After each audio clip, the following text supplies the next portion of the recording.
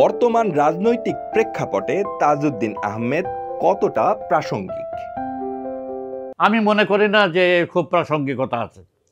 ঐতিহাসিকভাবে ইম্পর্ট্যান্ট, ইতিহাসের প্রসঙ্গ, কিন্তু এখনকার এই যে নতুন রাজনীতি হচ্ছে, এখন যে সামনে যে কর্মসূচি, যে আন্দোলন, এইখানে আওয়ামী লীগের কোনো নেতারই, শেখ সাহেবেরও যেমন কিছুই নাই, বরং তার বিরোধিতা আছে। তাজউদ্দিন সাহেবের কোনো বিরোধিতা নাই, কিন্তু তাজউদ্দিন সাহেবের যে কোনো রাজনৈতিক প্রাসঙ্গিকতা এখন থাকবে এটা মনে করি না। ইতিহাসে থাকবেন তিনি, কিন্তু ঠিক এখন চলমান রাজনীতিতে কোনো প্রাসঙ্গিকতা নেই মনে হয়।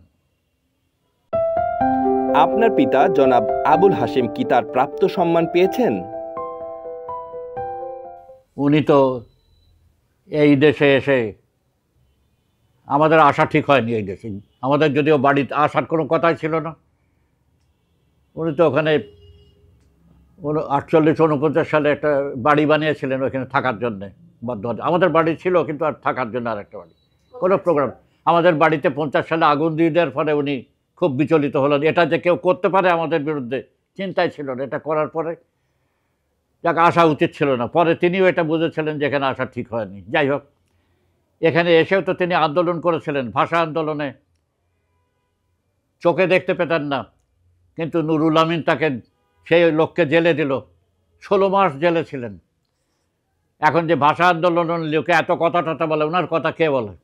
কেউ বলে না।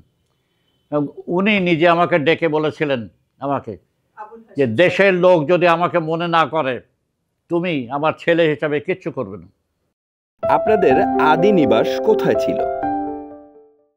আমাদের আদি বাড়ি, আমাদের তো বাড়ি বর্ধমানে, বর্ধমান শহরে এবং তারপরে গ্রামে।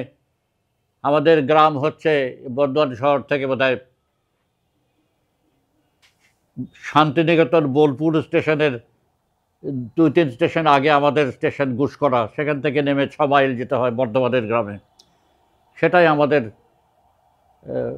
দীর্ঘদিনের আমাদের যে গ্রামের বাড়ি। সেইখানে আমাদের যে কবরস্থান আছে তার বয়স 300 বছর।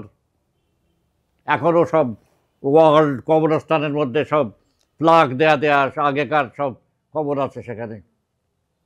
300 ইয়ার্সের কবরস্থান। সেখান থেকে ছেড়ে আমরা চলে এসেছি।